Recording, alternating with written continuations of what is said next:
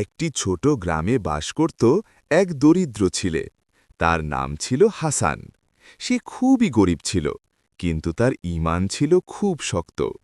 প্রতিদিন ৫ ওয়াক্ত নামাজ পড়ত এবং সব সময় আল্লাহর ওপর ভরসা রাখত। একদিন গ্রামের এক ধনী ব্যক্তি ঘোষণা দিলেন, যে কেউ আমার হারানো স্বর্ণের আংটিটি খুঁজে এনে দিতে পারবে, তাকে আমি বড় পুরস্কার দেব। হাসান তখন রাস্তা দিয়ে যাচ্ছিল। হঠাৎ সে মাটিতে কিছু একটা চকচক করতে দেখল। কাছে গিয়ে দেখে এটাই সেই স্বর্ণের আংটি। তার মনে একটু দ্বিধা এলো। সে ভাবল, এটা রাখলে তো আমার অনেক উপকার হবে।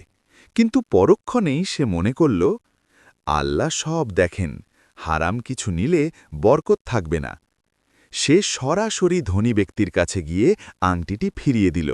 ধনী ব্যক্তি অবাক হয়ে বললেন, তুমি চাইলে এটা রেখে দিতে পারতে, কেন ফিরিয়ে দিলে?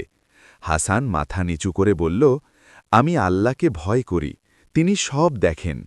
ধনী ব্যক্তি খুব খুশি হয়ে তাকে শুধু পুরস্কারই দিলেন না, বরং তার পড়াশোনার দায়িত্বও নিয়ে নিলেন।